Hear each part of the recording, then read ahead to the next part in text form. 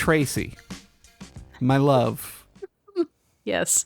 How are you doing today? How are you feeling? It is, I should put a date on this. It is January 7th of 2026. We are recording this in our brand new year. We're very excited to be here. Maybe that's the first thing that we're going to figure out. Are we excited to be here? I was going to say, I assume that's part of your question. It is. I'm more excited about this year than last year. Some people might disagree with that, and I understand where they're coming from.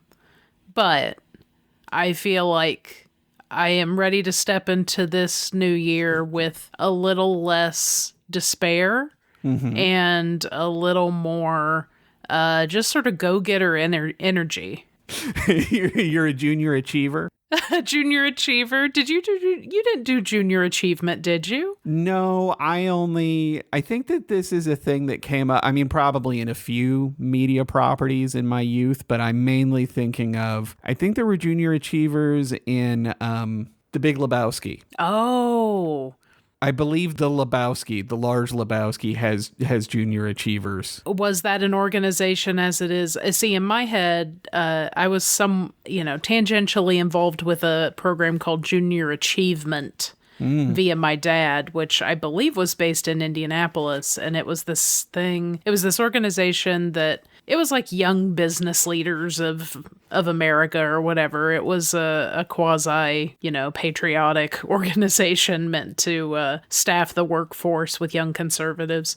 And get you on the pipeline to become a clerk for Judge Alito or something. Yeah, exactly. But of course it didn't style itself that way and had no specific explicit political leanings. But you would go to the Junior Achievement headquarters and you would, I think, do mock interviews with business leaders in the community, and they would maybe tell you about different jobs that they were hiring for that you could maybe intern at eventually. I think for younger kids, I think they had a model city where you could go around and spend money and see how capitalism works. Oh, yeah. With the intersection of Supply Street and Demand Avenue. Yes.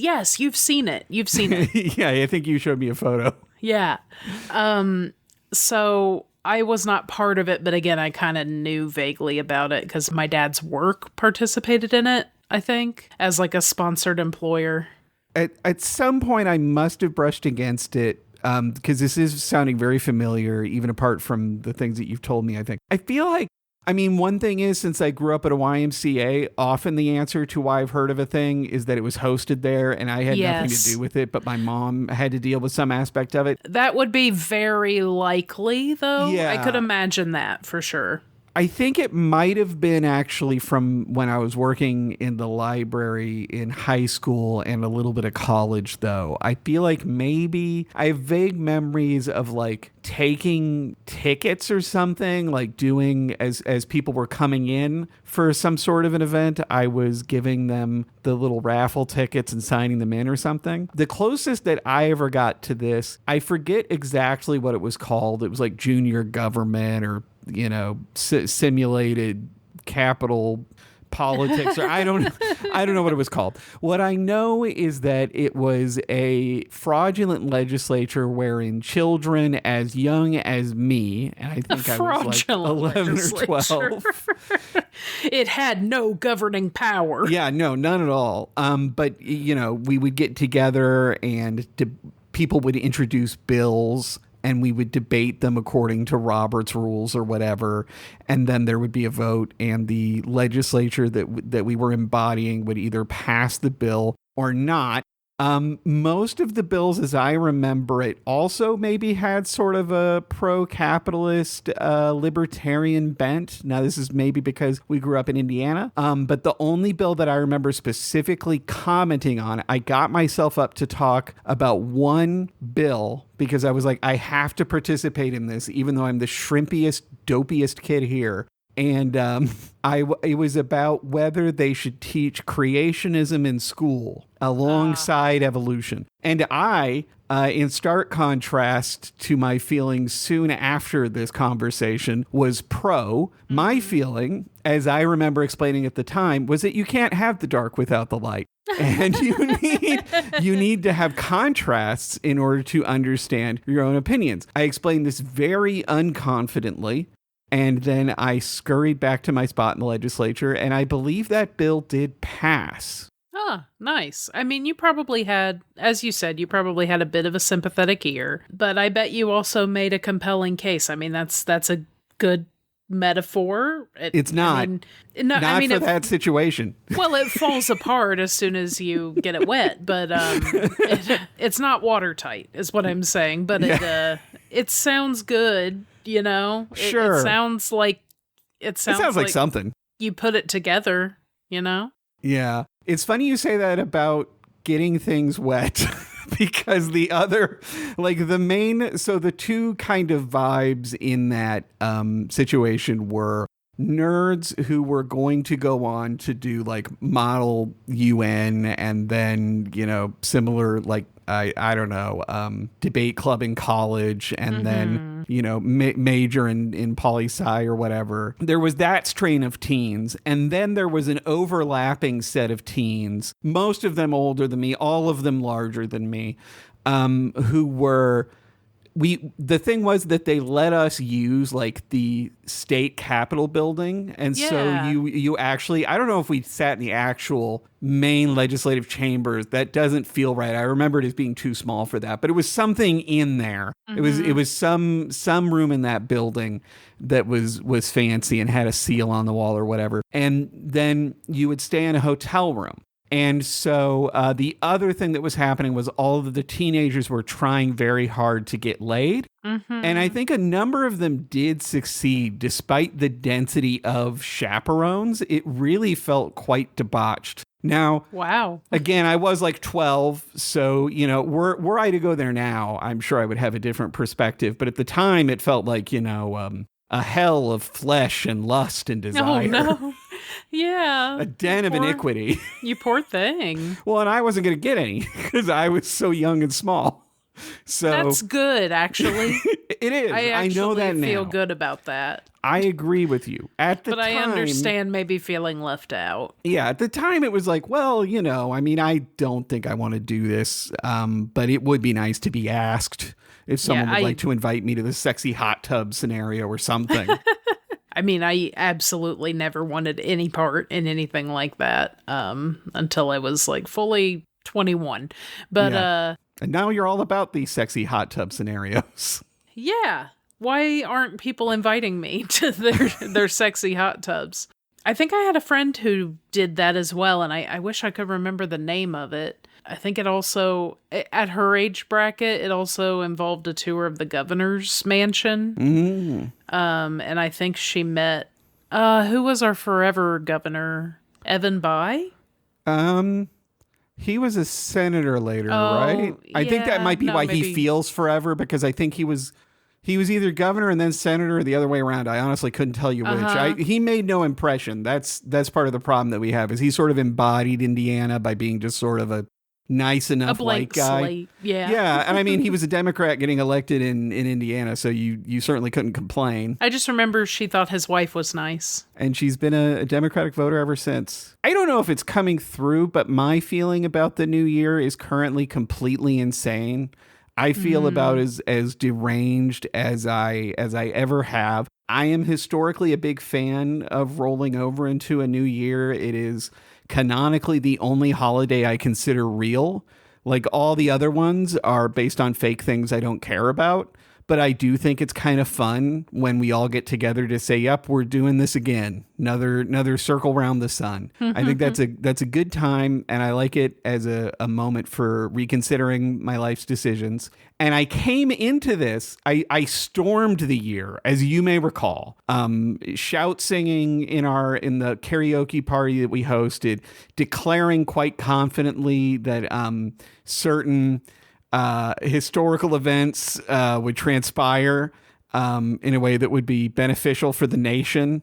Just sort of an encounter with mortality was kind of what I was imagining and hype for. And I still believe this. I'm still willing it to happen. But the news has been so horrible. Yeah. It's been so every day since. awful. Yeah. It's like they got a second wind after like months of seeming totally exhausted. And today has been no exception. Jesus Christ. But also today I have potential good news that may someday come to fruition. So it is just the most insane energy that I've inhabited in quite some time. And I'm glad that we're going to capture it in a podcast. Yeah, I mean, I think that's what podcasts are for. They're little windows in time. They're historical documents first. I think that when the aliens come, after we're long dead, they will start by listening to our podcasts to understand us. And I think that'll be a really good source of information for them. They'll end up in like really interesting parasocial relationships with the McElroy brothers from 3,000 years in the future. I am really fascinated by most people when they do that rhetorical move where they imagine like what's going to be left 1,000 years from now. They posit a human historian, and in your future, all of the humans are gone, and we're just counting on aliens to try and sort through the ashes. Yeah. Yes.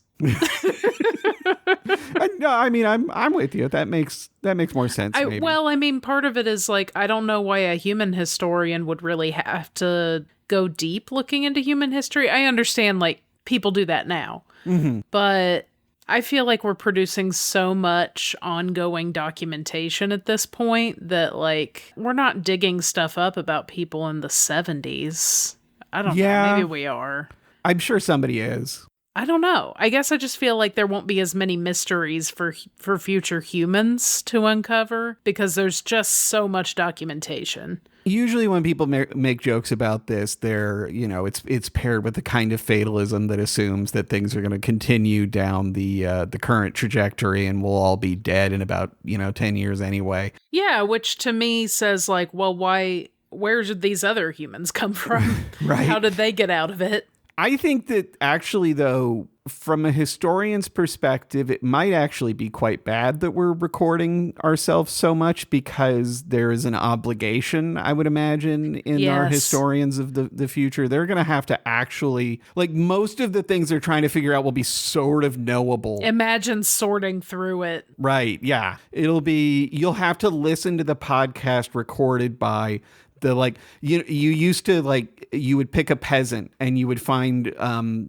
records of their life in the church of their village, or rather you wouldn't find anything about them because they're a peasant and they didn't have good records, right? And nobody cared to keep them safe. If you're lucky, you've got a case study that involves like 6 pieces of paper. That's like your best case scenario. And now it'll be like, Mike was a peasant and I can document everything that happened to him in his entire life. And that is horrible. And how does Mike represent or not, the common human of that era? Hard to say. We'll have to read everything that they posted too. Yeah, I have to read all of X. Yeah, just read X from end to end. Ugh. I mean, man, you really would get one picture of the end of the world from that. Be like, yeah, I can definitely see the decline of the civilization. I think the main thing then would be like, why is it every day at midnight? You're like, well, why didn't they stop?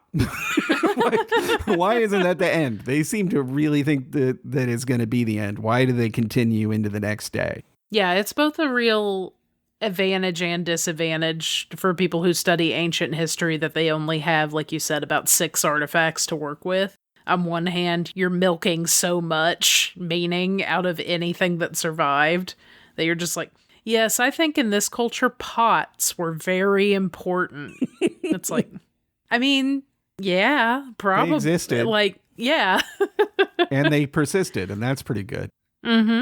But yeah, you also don't have to sort through millions of Funko Pops to determine what actually was important to the people of the culture of today. That would be fun to do, go into a landfill and do a Funko Pop census. And that's like an important part of understanding the history of like celebrities and art. They're just like, people seem to love Groot. They really resonated with this tree man. And Grogu. Also Yeah. Grogu. Those were the letters they liked. G, R, and O. Sometimes T. Yes, those were important letters. And imagine, honey, none of them are going to call him Baby Yoda. Oh, that's hard to think. What if they call Yoda Old Groot? Because there's going to be Why would they do that? Or old Grogu. They probably won't call him Old Groot, but if they called Yoda old Grogu, that would be challenging for me personally. I'm glad I'll be dead. Yeah. And I mean, again, Yoda has a name. He does. His Funko Pop also has a name. That's true. Now, I want you to, for the purposes of this question and conversation, pretend that we haven't been married for more than a decade, and tell me. So be very guarded and unforthcoming. Yeah, pretend you don't trust me because I'm a strange man. Right, got it. How do you, the perfect stranger, beautiful stranger? I'm actually, now the problem is that I just want to hit on you. How do you feel, babe, about New Year's resolutions? Are you a New Year's resolution sort of dude? Traditionally, no. I definitely experience every New Year. I experience the desire to change something or like make some sort of wild new. I don't know why I said wild. It's never anything wild. But to me, it feels wild, I guess. I want to make like a substantive, massive tectonic shift in my day-to-day experience. Mm-hmm. I want to be a whole new person, I guess, is what I go into every new year with. And this is maybe the first new year in a while that I have not felt the urge to do that and have really felt like that urge is futile and beside the point. Perhaps it's because of the pretty abject failure of last year's attempts. Well, the deck was really stacked against you last year. That was about as bad as it could have been. Exactly. What was I gonna do? Like, I'm not superhuman, and I sort of got exhausted with the, I feel like it is a little bit of a tech bro mindset to always be asking, like, how can I optimize myself? Yeah. Because surely once I optimize myself, that's when I'll feel good and together, right? I will definitely not worry so much or be as unconfident about my prospects once I finally optimize my time. Yeah. I don't think that's true. So I didn't want to make any kind of SMART goals, S-M-A-R-T, specific, measurable, whatever A is. Actionable, yeah. It's measurable, actionable. Is it reasonable? I don't think so, but I can't remember what it is, and there's no way of knowing. So I guess it's reasonable and timely. Timely, yeah, that sounds right. Because, you're supposed to say, like, in the next year, I will, I'm going to break it down, first of all, into months, into quarters, into months, into weeks, into days. I'm going to make small scale changes that are manageable and realistic. Realistic, there we go. I think is the R. Yeah. and I just don't want to do that. I really don't. I just want to feel a little more comfortable with myself and what I do and don't do. And I don't feel a strong need to set goals in order to achieve that this year. Yeah. I usually kind of try to sneak up on it. I don't know that I've ever declared an official New Year's resolution. It's probably happened at some point. But like this year, I'm trying some changes, right? That's kind of how I think about it. But I don't tie it to the calendar exactly, because among other things, the first thing I do as the new year, in the hours leading up to the new year, is I violate just about every resolution I could possibly make, right? I'm not going to be doing fitness stuff. I am going to be drinking to excess. I'm not going to be reading a lot. It's all off the table. So I tend to think of part of it too is that The holidays so fuck up my life and schedule and sense of self. Like I just spend days not in my own home, not doing any of my usual routines. So on the one hand, I'm weak and disoriented. On the other hand, there is sort of a possibility of reset there, right? It feels like as long as I've broken myself down to nothing, I could probably build myself back up a little bit differently, a little bit better. So I have some stuff I'm trying to do a little bit differently this year in that spirit, but I don't talk about it because I don't want to sabotage myself. Yeah. And perhaps more importantly, I don't want to experience shame when you notice that I failed. Which is, of course, that's the modal outcome, right? Failure is the baseline. Yeah, exactly. And yeah, similarly, having noticed myself that the resolutions or I started framing them as wishes and made them less like goals than, I don't know, future imaginings in a way. Where it's like, yeah, maybe I can sort of hold this out as a vision that I can work toward instead of a goal that I have to make measurable progress on, right? You said sense of self, and I think maybe that's a little closer to what I'm trying to do this year. Stranger is sort of notice things that make me feel better and worse, things that I like and enjoy, and just trying to do more of those and less of the stuff that doesn't get me anything. And I don't know. It's been 7 days, so it's hard to say if that's working out. I think you're nailing it. Oh man, thanks. You seem to be living to the max from what I can tell, having just met you for the purposes of this sexy role play. Yeah, well, I'm really, I'm putting on a bit of a production because I want you to think that I'm cool. Right, because we're middle-aged and desperate now. We're like wondering, like, am I ever going to hook up? Am I ever going to get the invite to the sexy hot tub?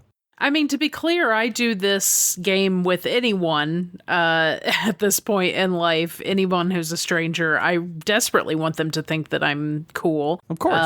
And if not cool, at least, like, reasonable to be around. I just want them to not hate me. Yeah. So that's my main goal whenever I meet somebody new. Yeah. Well, I don't hate you. So far, so good. Yes.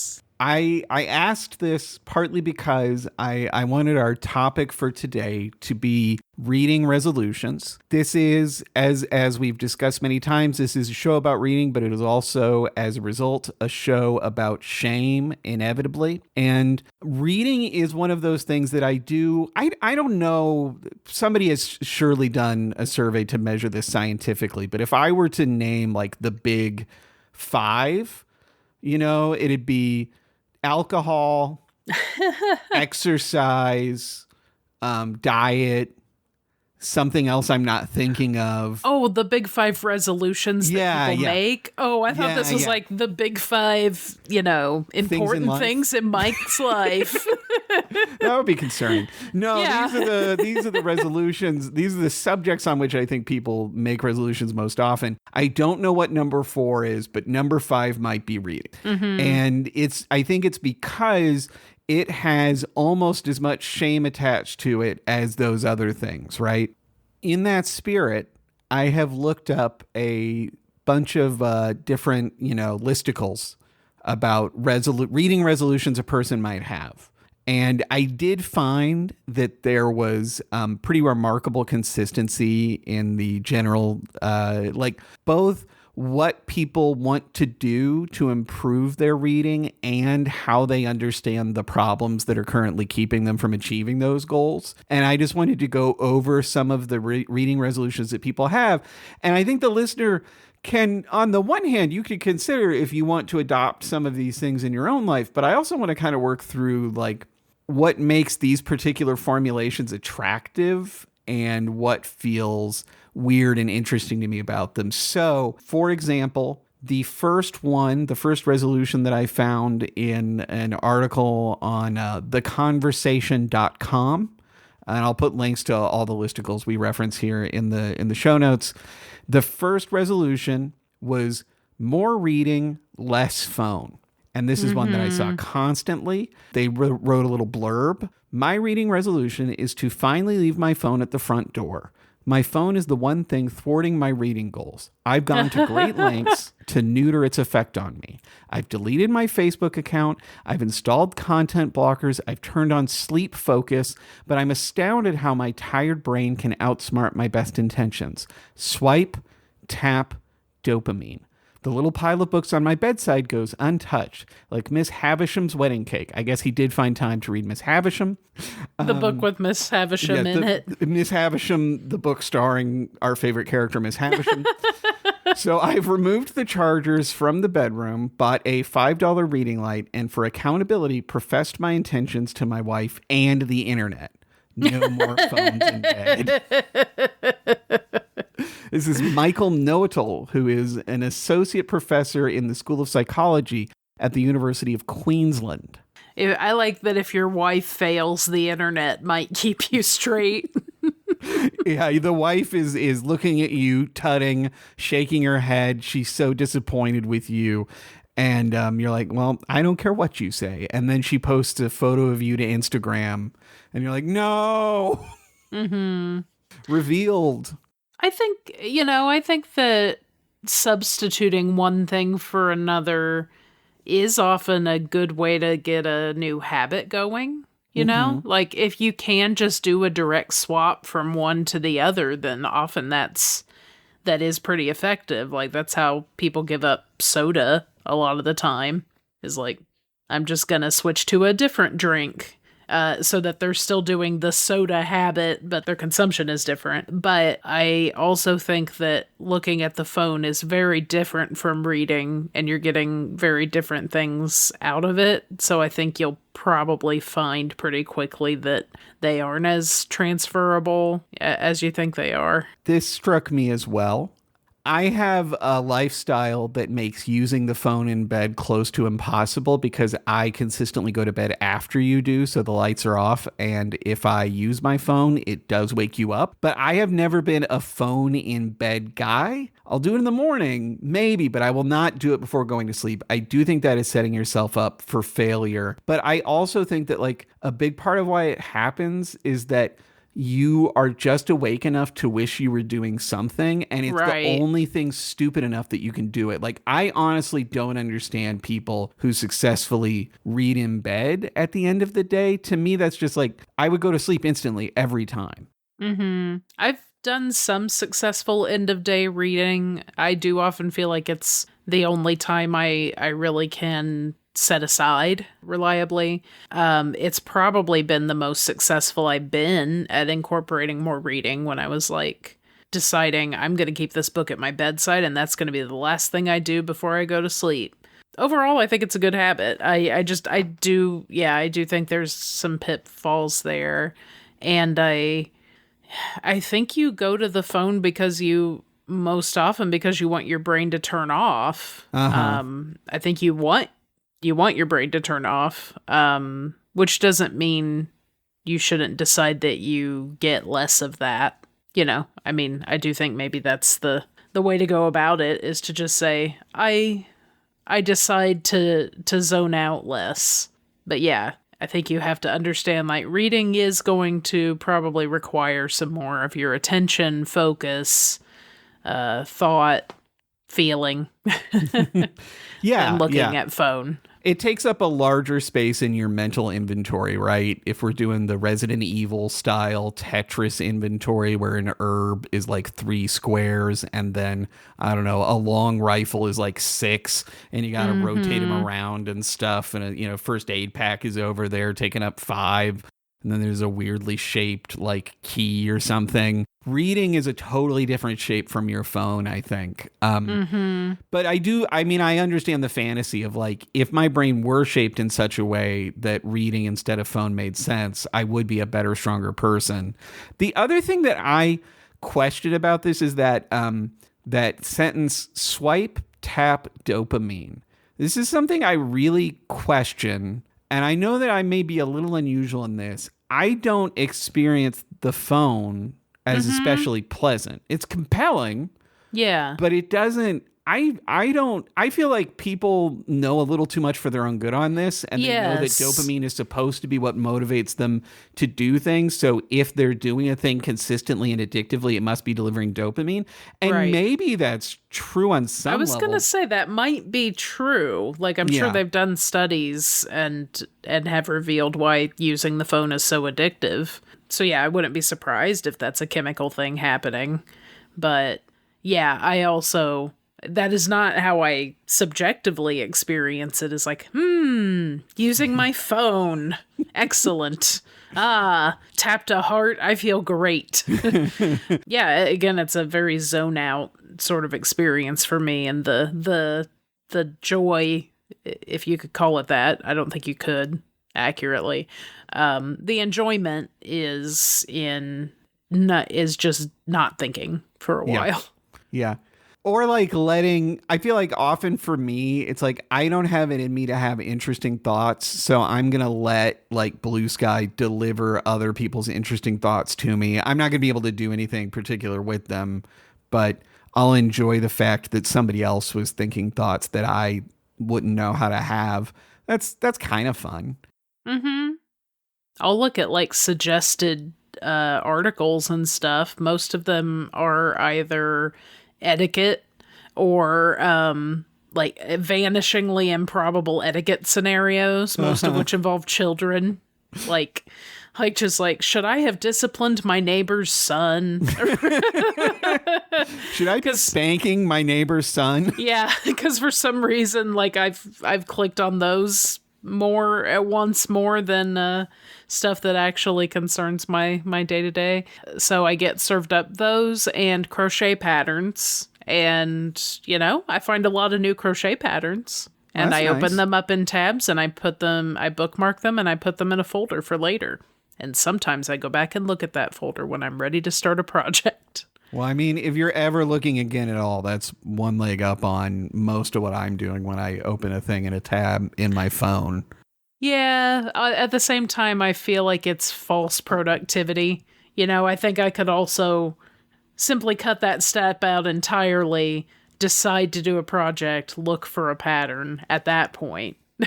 I agree with you. Not I just think sort that of would like, work. let me browse for ideas of stuff I could one day make. A scarf, you say? What do I think I'm gaming the system to find? Yeah. What's like the weirdest, if you can think of it, like what's the weirdest pattern you found this way where you've been like, you know what? Maybe someday I am going to make the dinosaur dick or whatever. Wow. That's what I had. It would be probably a dinosaur dick holder. I think, a dinosaur dick sling would probably be... I don't think you would just make a replica. That it's not similar in size, shape, or, texture. So... Right. But containing it and slinging it over your shoulder would be helpful. Or, just if you were a dinosaur, if you were friends with one, Yeah. they might want to kind of keep it out of the way. Yeah. I'm sorry, I'm not sure I have anything that weird. One of the possibly weirdest things that I've made, I did make several of for Christmas this year, water bottle slings. Yes. And you never really told me how you feel about those. I was proud that I made them successfully, and I do think they could be really useful because I like carrying my water bottle around, but I don't like carrying it. Yeah. And usually there's not a good place to put it. And, sometimes maybe you put it in a backpack or something, but you don't want to have to get into your backpack every time you want to sip. So I do think it's useful, potentially. But yeah, you didn't really weigh in on the project. I'd like to hear your thoughts now, please. Okay. I am very happy for everyone that enjoys their very well-made water bottle carrying slings with real belt buckle integrated. I think First that's great. hardware, honey.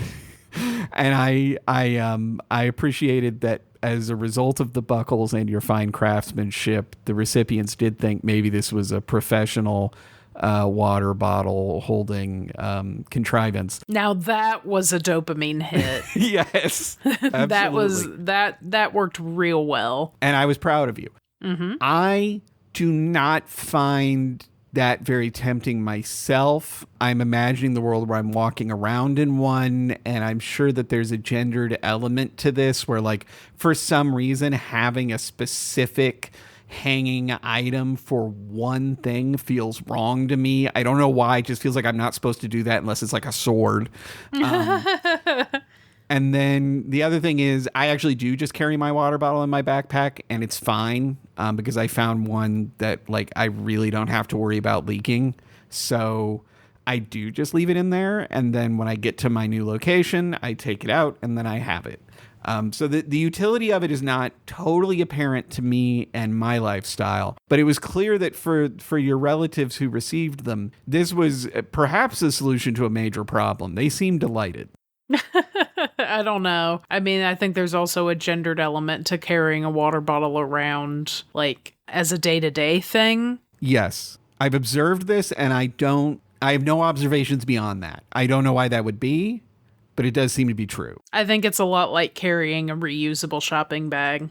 Which I would never as a man do, as you know. Right. I refuse. I have another potential resolution for you.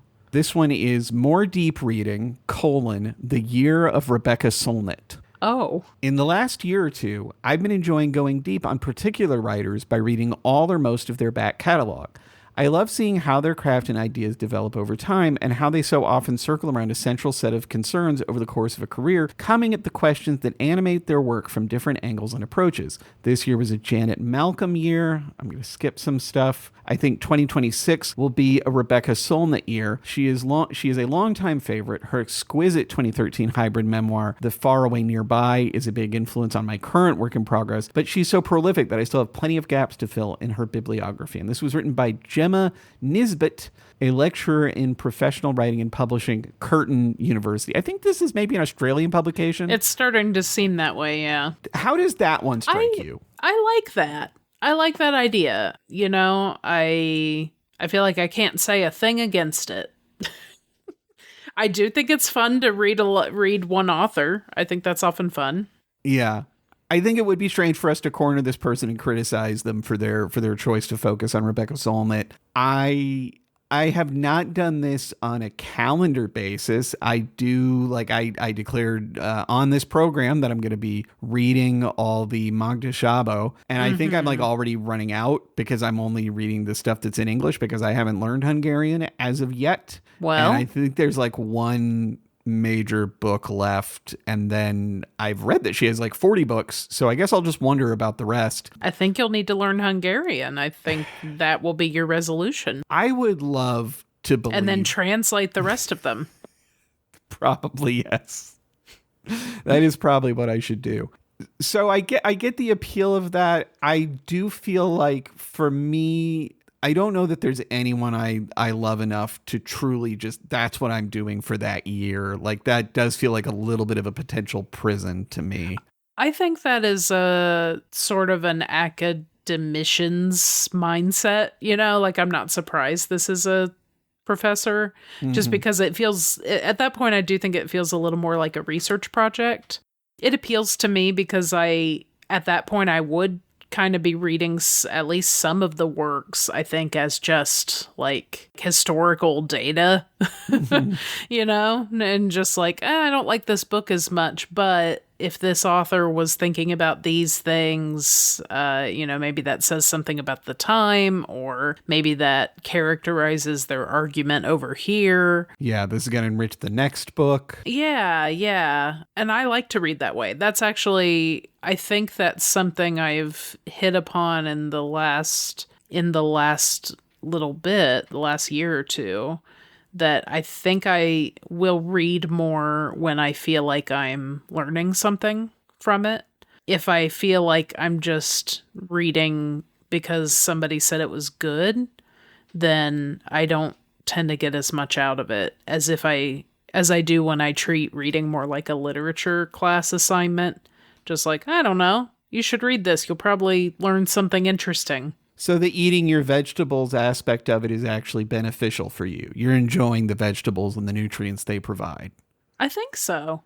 Yeah. I think maybe a little bit. I mean, that's a rational approach. I like actual vegetables. I think they're pretty good. And it did take me a little while to figure that out. Yeah. And well, and I think, they're not necessarily okra all the time or whatever.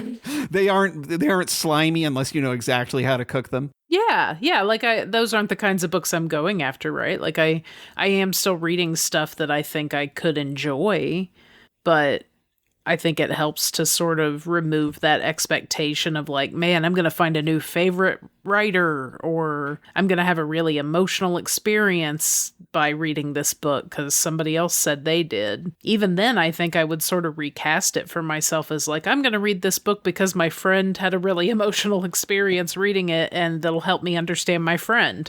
Right.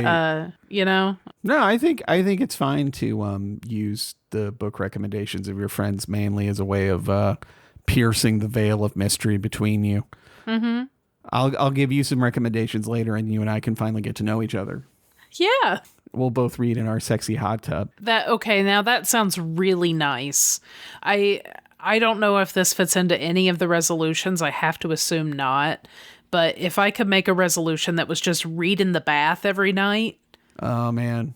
I know you don't care to read in the bath. You don't care for baths. Nope. You don't care for reading in them. But that is how I read most of my childhood. I just spent a full hour in the bath, maybe more, letting the water get cold. And I would just read for as long as I felt compelled to read. And it was awesome. I loved it. I'm sure you've told me that several times. And I think I've just made myself forget it to protect myself, because I always find, I know people love it. I support all of you. I find it so stressful whenever I see somebody with a book in a bathtub in a movie, no matter how good a time they're clearly having. The whole time I'm just thinking about how they're going to drop the book. Yeah. They're going to fall asleep. They're going to drown and die. The blow dryer is going to end up in there too. They're going to be electrocuted. The candles that they've lit to, seduce themselves, that's going to fall off. The little balancing board they're using, that's going to set a fire. The whole house is going to burn down. The neighborhood is going to go up. Crucially, I only ever did the book part. I did not have other accessories. You didn't have a blow dryer in one hand and a lit torch in the other? No, it feels like you've seen What Women Want with Mel Gibson a few too many times. I've seen it once, and that was it more made than a I big needed. impression. Yeah. Yeah. I mean, obviously at first I considered imitating the great thing that he did, but then after that, I have another resolution for you. I'm gonna combine two, and I'm done reading blurbs now. The blurbs stopped being interesting at that point. So I have one that is more audiobooks, fewer podcasts. And I have another that is more books, fewer online articles. And I paired these because I feel like these are both, I mean, they're kind of in the same mode as replacing the phone. It's like, I want to take the time in my day where I'm doing what I consider to be a less virtuous form of reading or listening, and I'm going to replace it with a more virtuous literary version of that activity. Yeah, I think that one is very context dependent in my head. Like, if you have a long commute or something and you're listening to a podcast the entire time, I think that you might get just as much out of an audiobook as a travel companion and way to stay awake and everything. I tend to listen to podcasts like 3 minutes at a time, I feel like, between other things. I feel like I wouldn't necessarily be able to do audiobooks in the same way. Yeah, the podcast for me is for the specific situation where I may not be able to listen for that long. And if I do, I need to be able to not catch what's going on. I need to be able to tune out of it and not care. Right. And I can't do that with an audiobook. So for me, I listen to a lot of both these days, but they're very different use cases for me. As for online articles, I simply don't read them. And I don't understand how anyone I do know does. that's your policy. I've been reading a few recently. I have been making a little bit of an effort because, Like, I really want there to be more publications of certain kinds. Like, I read Liberal Currents and have a I was subscription gonna to say, Liberal like, Currents. you're probably gonna like read some long form journalism, and you want that to exist. Yeah, but I do hate articles. Like, I don't actually like it. It's unpleasant for me generally. It's certainly not a big part of my media diet. Mostly you're just reading about whether you should spank other people's children. That's the primary article consumption you're doing. I can't even read those anymore because I unsubscribed from the Washington Post. Oh, man. I mean, Slate is a big supplier. You could Same. Yeah. I mean, I turned off my phone's ability to recommend articles to me. So every time I look at any place where it would do that, I'm instead just seeing like a picture of a woman looking overwhelmed as she contemplates her taxes or her mortgage payment. It never tempts me as a result. I have a few others that I wanted to kind of bounce through that are a little bit more slight in some cases. I'll give you a list. This is from scarymommy.com. Okay. Allow yourself to DNF, parentheses, do not finish, books you aren't enjoying.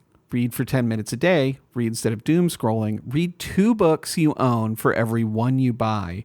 Stop worrying about what you should read and read 1 book. Wow. Yeah. This one told a little bit of a story of mounting desperation. Yeah.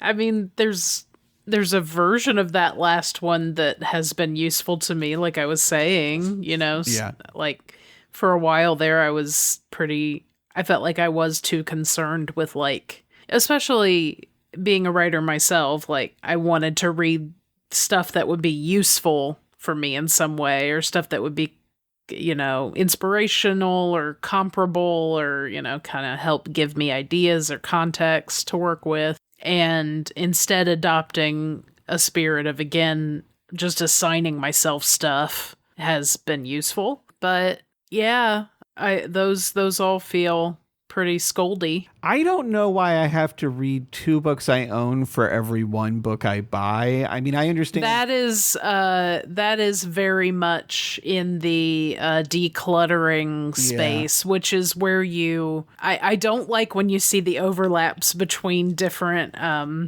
online movements like this. Yeah. I think that is straight from Declutterverse, where they're just like, for every 1 item of clothing you buy, you should be like evaluating 2 other pieces to see if they stay or go.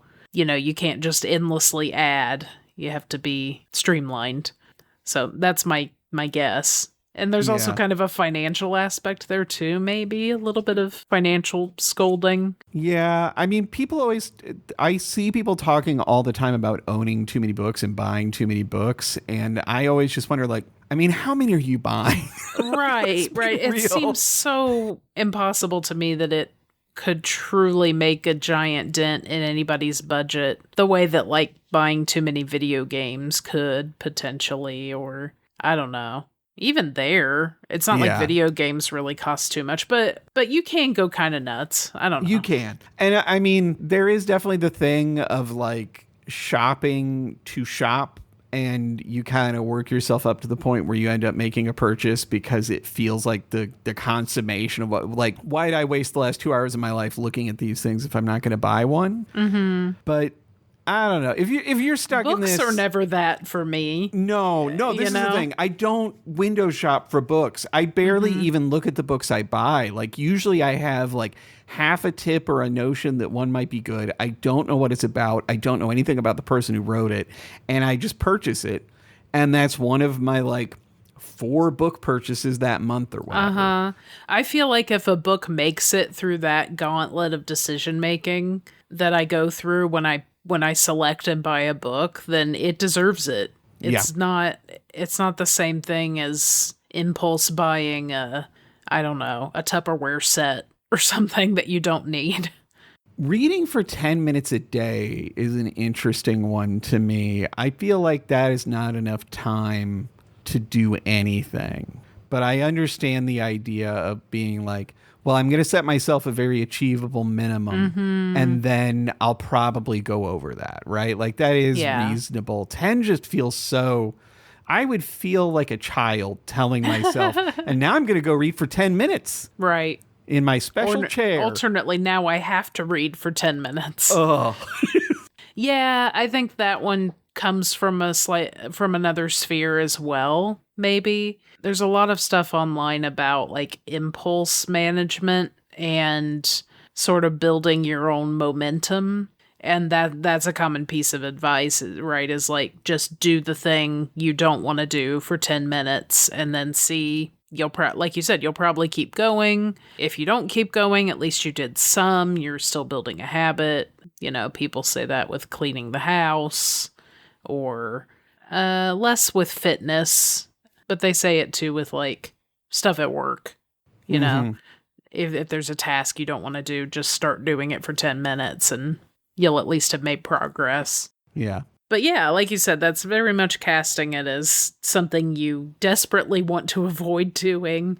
So at that point, like maybe you just shouldn't read. I don't know. Yeah. Or is it okay on this podcast to say maybe you shouldn't read? Maybe don't read. Maybe give up if you don't have more than 10 minutes. No, I don't know. Obviously, well, no, if you not if you don't have more than 10 minutes. But... I just mean if you dislike it that much. Yes. I don't know. Yeah, if it's torture, I mean, you're in good company. Most people don't read. So like, or at least not very much. So it's not like you're doing anything that's going to fuck up your life. I would suggest reading, but yeah, that's neither here nor there. No, and I do think it's good. And I do think sometimes, you do have to, you don't have to guilt yourself into it, but I do think sometimes you have to goad yourself into it a little bit, right? I think a nicer way of putting it would be that you create the space for it to happen if you want it to happen, but it's useful to know why you're demanding that of yourself or what you think you might get out of it that's so worthwhile.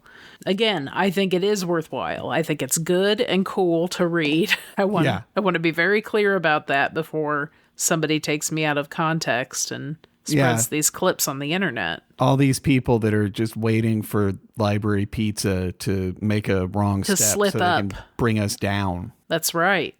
That's right. Or imagine the aliens. They would be so confused by now. Like, I think they would also... I think they would also be listening to these on like 5x speed. Yeah. Like, why were these so long? Why did they need so many of them? Yeah, no one knows. A podcast is a biological process. It's like exhaling. Imperative. You got to get the podcast out of your body or your humors get imbalanced. I had a couple more that I wanted to try on for you, including one that I've done basically. So they suggest joining a book club, which I think is an obvious choice. I saw that all over the place. This is from theeverygirl.com, which is where you can tell I'm scraping the bottom of the barrel a little bit to find listicles with novel elements. They also suggest building and managing a little free library. And I do want to pause here to express terror at the thought of managing a little free library. Like every day I just go out and I open it up and I like really actively curate. Like, what do you make of managing a little free library? How do you feel about that? It sounds delightful to me. You love it. Okay. I love the idea of curating a tiny collection. But here's what I would need. I would need you to be cool with the idea that I'm going to put books in there that may never come back and that some of those books may be lost to us forever. But the other thing is we are in a town of many little free libraries, and apparently we have a known little free library thief. Now, what does that mean? Because, like, I mean, for me, I think we've talked on this program about how my feeling is that loaning a book is like loaning money. Right. You are never getting it back. If you see that money again, that's a miracle. That's a gift from the person you loaned the money to. And they're never going to see it again either. They're just loaning it back. A book is the same thing. If I loan a person a book, that book is deleted from my memory. We recently received from a good friend a book that I forgot loaning to her. Yeah. And it was gone from my mind. Yeah. I liked the book. I remembered the book, but I would have even told you that we had it, but I've looked at the shelf where it would have been 1,000 times and never thought, where is that one? Right. So what would it mean to be a thief of Little Free Library books? So this person allegedly drives around to Little Free Libraries all around town, just drives up to them, opens them up, takes every book out, puts them in the car, drives away. I guess I have to concede that is not in the spirit. Yes, I agree that like maybe that's not strictly theft because you're putting them out there to be taken, but you're not putting them out there to be all taken at once by the same person. Yeah, I mean, there's two I don't know, sold? Yes. Either they're reselling them, which is grim in its own way, or they're like, I need 7 copies of every Jodi Picoult, right? All the Harry Potter books. I need all the Coho books. Mm-hmm. I have never thought the selection in a Little Free Library looked good at all. So the idea of needing all of their contents is chilling to me. And that's kind of why I would be interested in curating one. I'm not going to do it, but I often do find their contents kind of bland and offensive. That was rude. I didn't blink. I was like, yeah, of course. I'm nodding. Like, yeah, they suck shit. All these volunteers with their sweet little libraries that they put on their front yard just out of the goodness of their hearts. Fuck them. Sometimes I think the collections are a little stacked in a weird way or a little misguided, and I would like to, cultivate a real selection in some regard. Maybe I would do some theming strategically. I would be sure to have plenty of kids selections. I think that's a real, the real place that those should concentrate. Yeah. I would enjoy the sicko vibes of setting up an apparently standard Little Free Library. And then when a person opens the little door, they discover that the only things in there are books by Mike Meginnis or books that Mike Meginnis and Tracy Ray Bowling were involved in the publication of in some way, right? Either we contributed to the literary journal, we designed it ourselves, we published it ourselves, or we worked with the publisher. I think it would be very fun to have a vanity Little Free Library. That's very funny. Offers one answer to every question. Why not try Mike and Tracy? I think that would be pretty fun. Man, that does make me sort of want to set up a Little Free Library that's just Iowa City writers clearing out their basements of ARCs or whatever. I know you don't want to put ARCs out there. No, well, I only care about selling ARCs. I think it's shitty to sell ARCs. I think it's fine to give them away. But I get anxious when I think about the Iowa City writers. I want to be friendly with them. I want to be in community and so on, but I also resent the local culture. Yeah. And its workshop centeredness, such that everyone who we meet here who finds out we write is like, and what year did you go to the workshop? Right. And it's like, I never did, my friend. Went to a different one. Didn't even apply. No. Sir. I was told not to apply because at the time that I was applying, the word was that the culture was extremely toxic. And it might be good for your career in one sense, but it was more likely to just make you stop writing. I hear it's better now. Yeah, no, I think it is. No, it's a fair point. I just like the idea of a very narrow niche collection, because in some ways that lack of choice is useful, right? Like if you're perusing between 5 different books, 1 million copies of 5 different books, I think you're more likely to find something new and novel for you to enjoy. Yeah. I mean, I feel like that kind of is the Little Free Library vibe. It's like usually for some reason they've put 3 of the same one. Yeah. Yeah. Although maybe that's more what happens to the ones where it's like take a penny, leave a penny. It's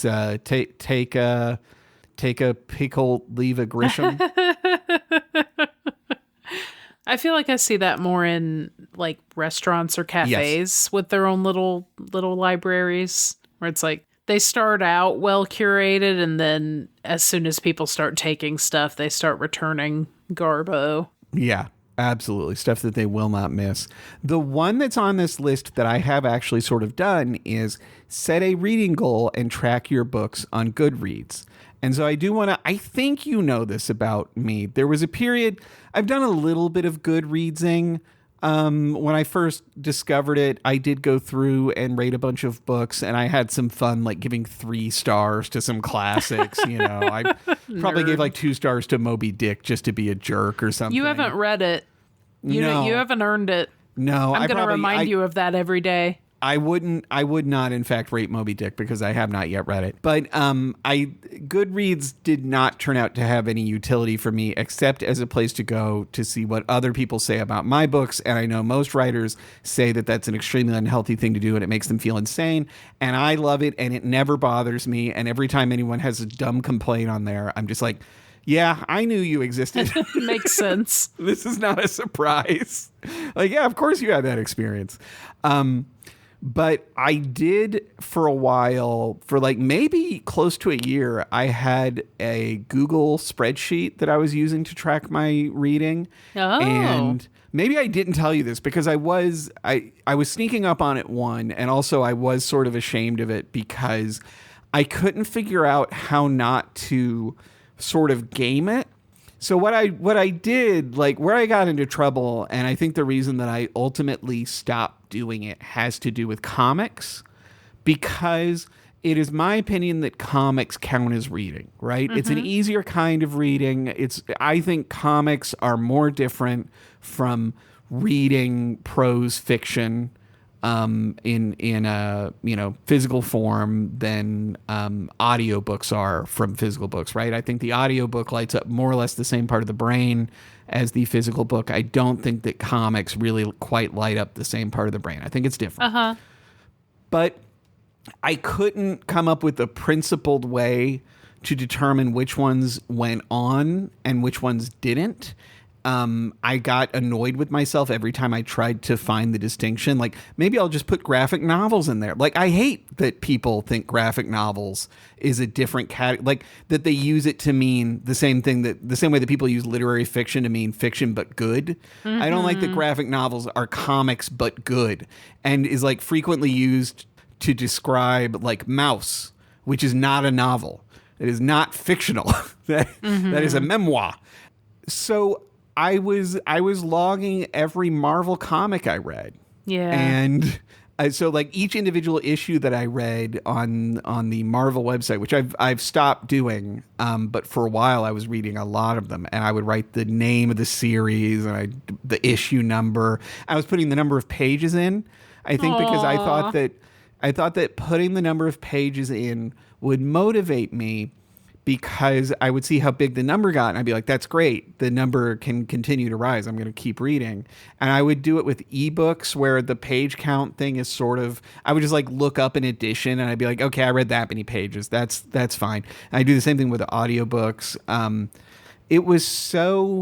I spent so much time trying to decide what to include and how to include it, that it was really a drag. I would be pausing between issues of Spider-Man, writing down the name of the Spider-Man issue and like my thoughts about it, because I was also trying to make like a little reading log, because it does suck that I don't remember anything I've read. Like, I am really bad at remembering the things I've read. I have that problem too. And I definitely, I don't think I ever want to really do the end of the year roundup thing. I definitely don't want to publish anything about what I read this year, but I would like to be able to participate in a basic conversation that's like, what'd you read this year? What'd you like? And not be like, did I read that this year? I don't know. I do wish that I had a better memory for it. I have, to help with that a little bit. I haven't been doing it for every book, and maybe I should. I've been keeping notes more as I read, like just having a book beside me while I read and like writing down quotes or things I like. And that's been mainly a research kind of activity for my own writing. But I do find it helps me remember the books better. And it's nice to have like a little diary I can go back to say like, what was that book about again? Or what did I like about it? You know, I'll just have 2 or 3 little notebook pages on each book. But I don't know that you could do that for Spider-Man. No, I mean, you could.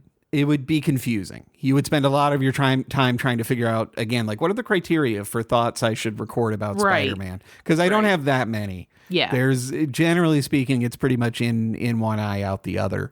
That is how vision works. Yep. Absolutely.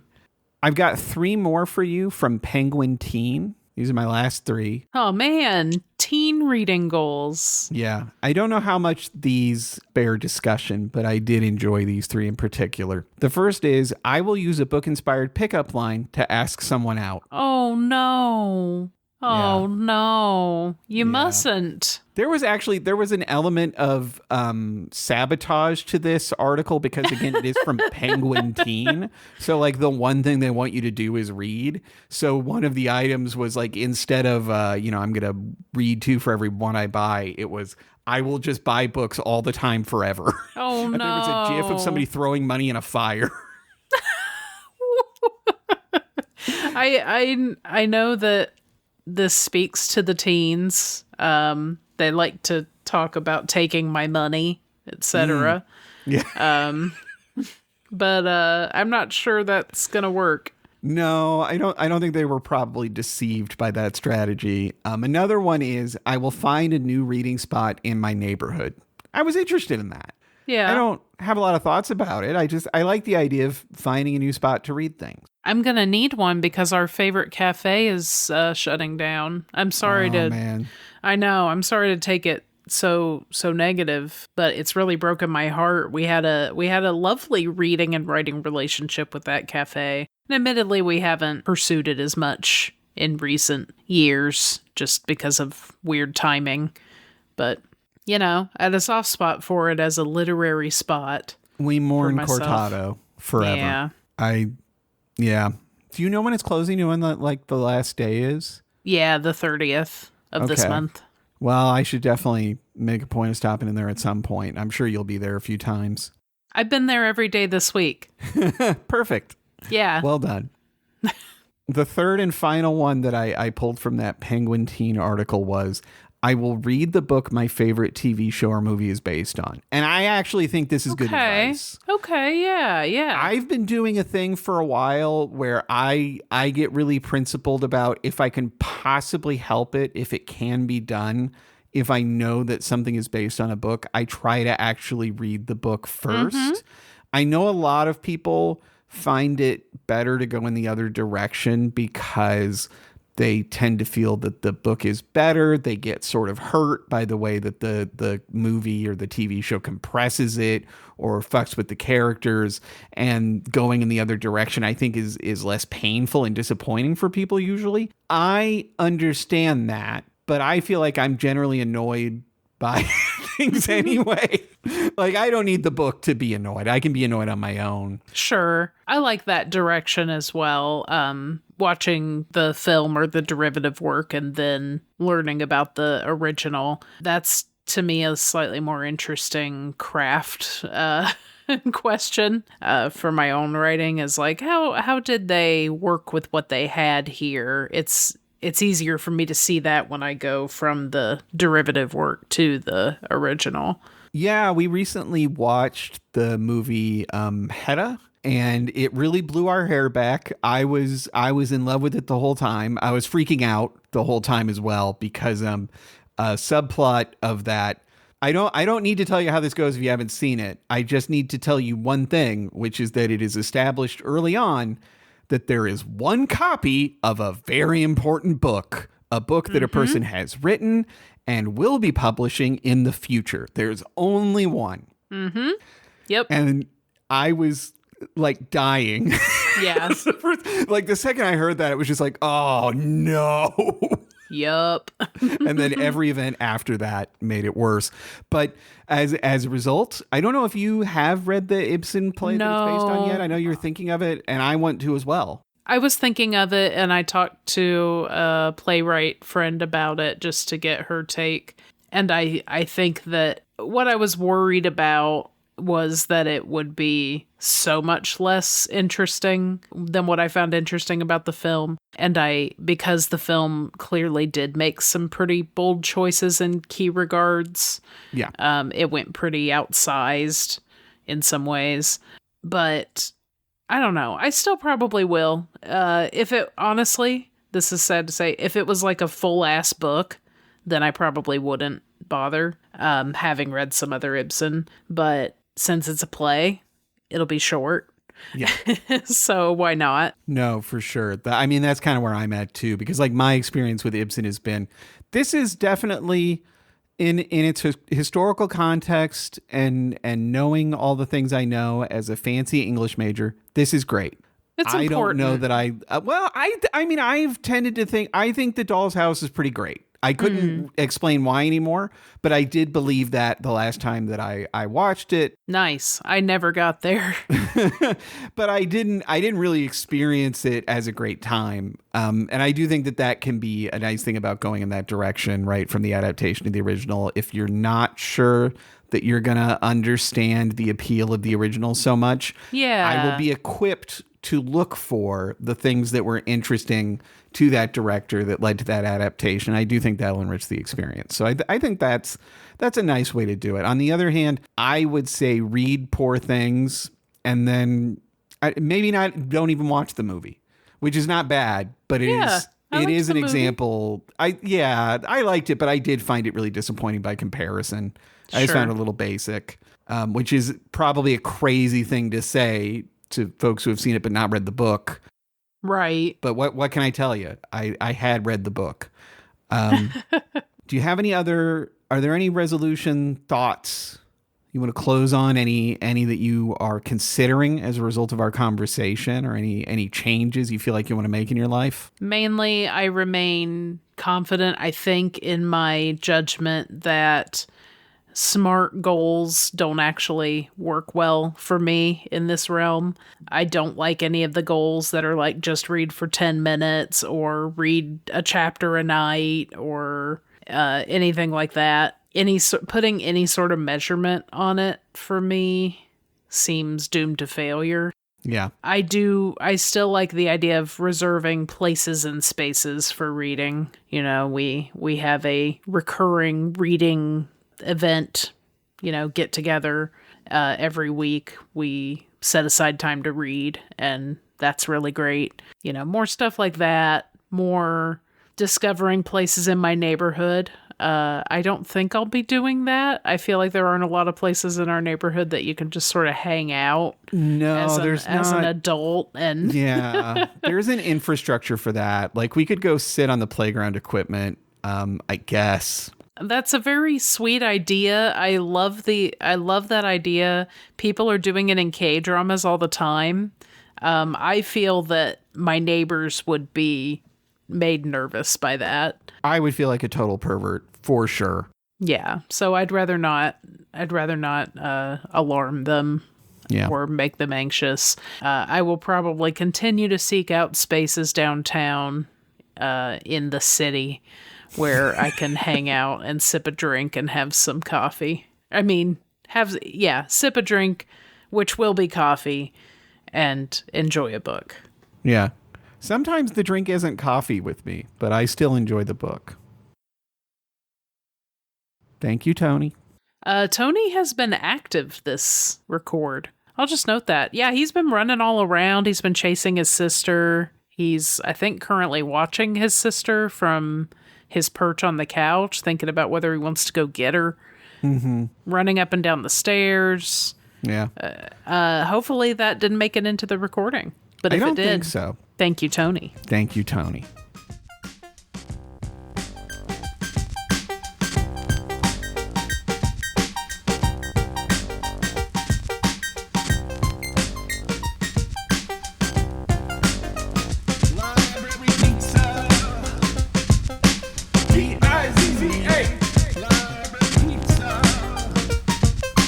Pizza.